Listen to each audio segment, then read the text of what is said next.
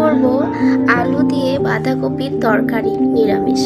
কড়াতে তেল দিয়েছি, তেল গরম হয়ে গিয়েছে। এবার আমি আলুগুলো দিয়ে দিব, একটু নুন, অল্প হলুদ গুঁড়ো।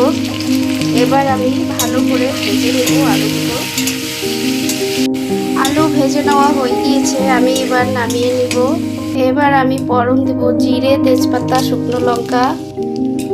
ফোড়নটি হয়ে গিয়েছে, এবার আমি বাঁধাকপি দিয়ে দিব। এবার পরিমাণ মতো নুন দিয়ে দিব,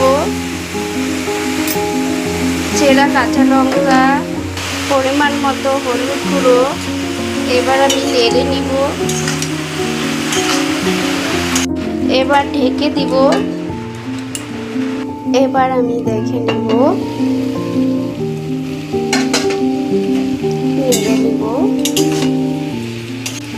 এবার আমি আলুগুলো দিয়ে দিব, নেড়ে নিব।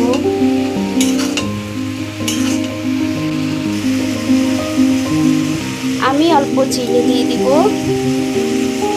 নেড়ে নিব।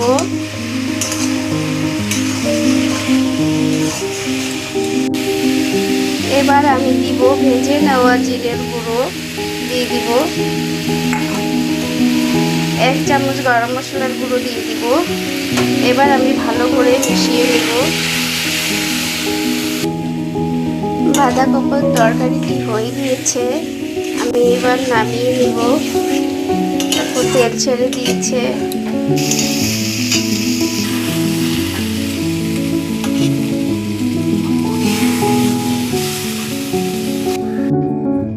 বাঁধাকপির তরকারিটি হয়ে গিয়েছে, আমি নামিয়ে নিয়েছি।